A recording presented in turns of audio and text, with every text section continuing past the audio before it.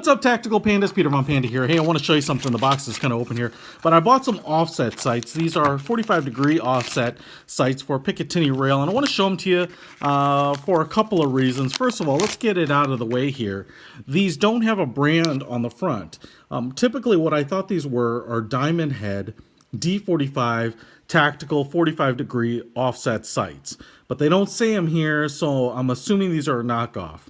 And one of the reasons I think it might be a knockoff is I'm not sure that Diamondhead is actually manufacturing these anymore. I think one of the reasons is because they are $300 for backup iron sights.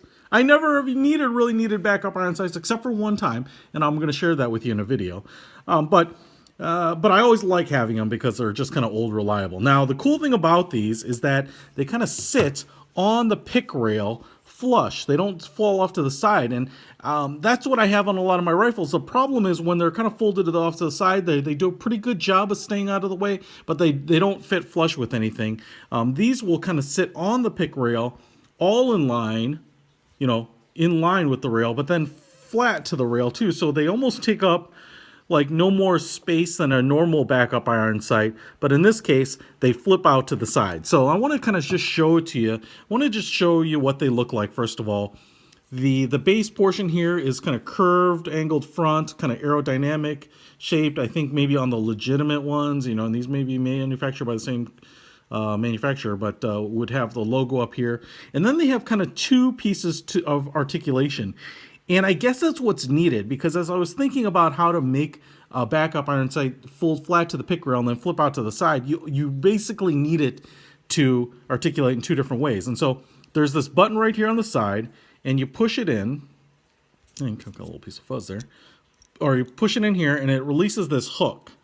And that unhooks this part, which kind of swings it out to the side. So you unhook it, and you can see there, it allows this piece, which is under spring pressure, to fall to the side. Now, what hasn't happened is that this piece, the sight itself, hasn't flipped up, twisted up. And that's done kind of when you release the thing quickly for some reason. I've noticed when I do it nice and slowly here, it doesn't necessarily do anything, but when you kind of release them quickly, they kind of work. Didn't work there, but let's see. There we go. So in terms of how this works, you can see there's like the bar there has like a little detent, a little hook. So if I pull it like this and then twist it back down, what's happening is that there's that little tooth in there that falls into a little cut, which holds the axle here in this position.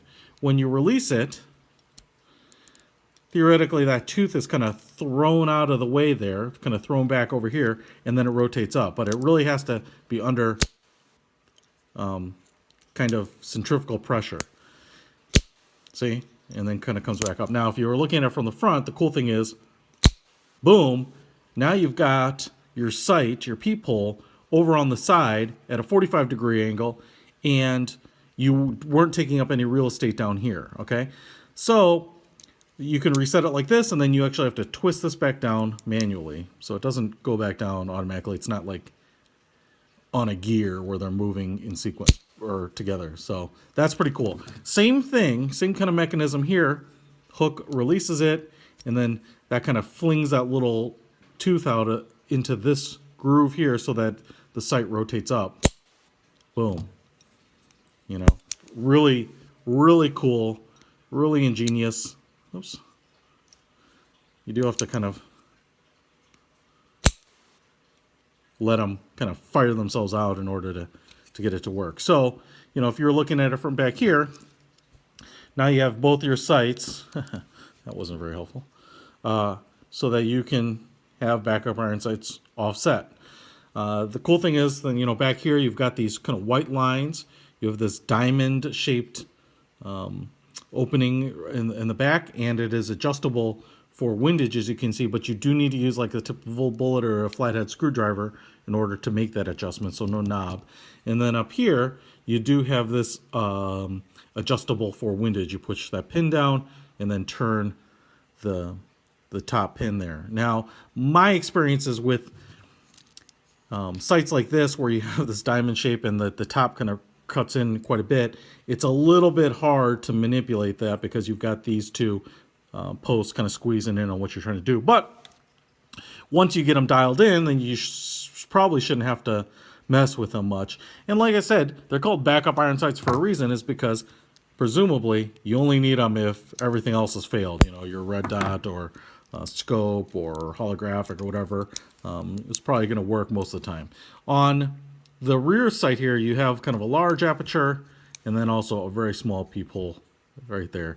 And the cool thing is that the clicks are pretty decent. You can see there's a little like ball bearing detent there, and so there's a cut there and a cut there, and then also on the flip side. So every time the detent falls in there, you should have pretty much no problem holding, you know, the peep sight in place, right?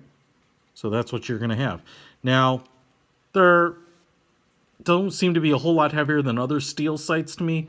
Certainly heavier than polymer sights, but that's to be expected. And I'm not a big fan of polymer just because they don't tend to live up to the durability requirements that I have as an extreme outdoorsman. So let's go ahead and put these on a rifle and just take a look. All right, guys, so I went ahead and installed these on my pistol here. And, you know, the cool thing about it is because they're not going to flip up directly in line with your, say, your optic, you can actually push up this mounting to be a little closer to your optic than you would if you were just using, say, a normal backup iron sight, which would flip up and hit it.